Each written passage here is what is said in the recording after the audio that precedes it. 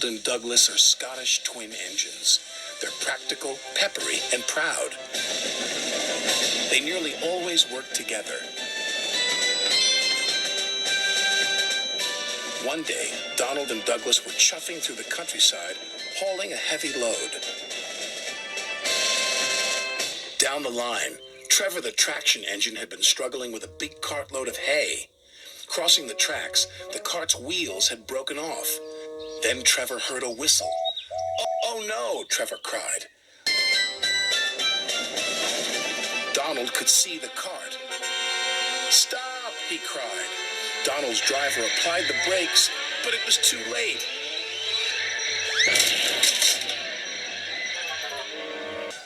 "Stop being pushy," Donald snapped.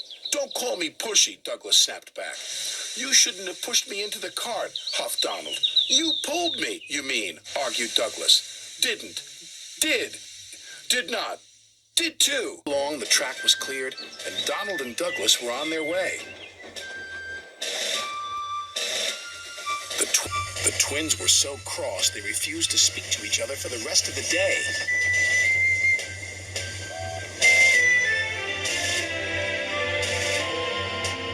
The next day, Sir Topham Hatt needed an engine to help Duck at the smelter's yards. "May I go, sir?" said Donald eagerly. "I only need one engine," said Sir Topham Hatt. "Not two." "Only one engine, sir," said Donald, "and I would like to work with Duck." Sir Topham Hatt was surprised, but agreed. Thomas was worried. "Won't you miss one another?" he asked. "I know I'd miss Annie and Clarabelle." "I'll work better on my own," sniffed Douglas. "I have work to do," huffed Donald. At first, Donald enjoyed working with Duck.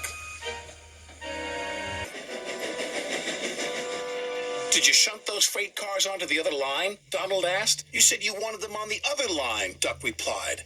"Not that other line, the other line." Donald was cross. Douglas would have known what I meant. He huffed. Douglas was working on his own.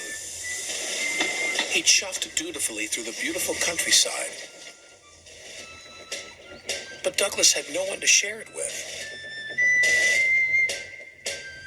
Although he tried not to, he was beginning to miss his twin. That night, Douglas's driver took him to visit Donald. "I was just passing," said Douglas. "Have you come to say you're sorry?" Donald sniffed. This made Douglas very cross. "I've nothing to be sorry for," he said, and steamed away in a huff.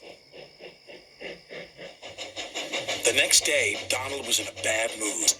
"Look out!" Duck shouted, but it was too late. Donald's driver was very cross. "This wouldn't have happened if you were working with Douglas," he said.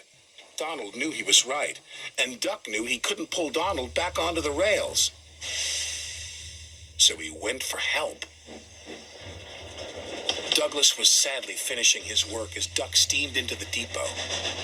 "Donald is in trouble," said Duck. "Donald in trouble," Douglas cried. "I'm on my way." And he steamed off as fast as he could.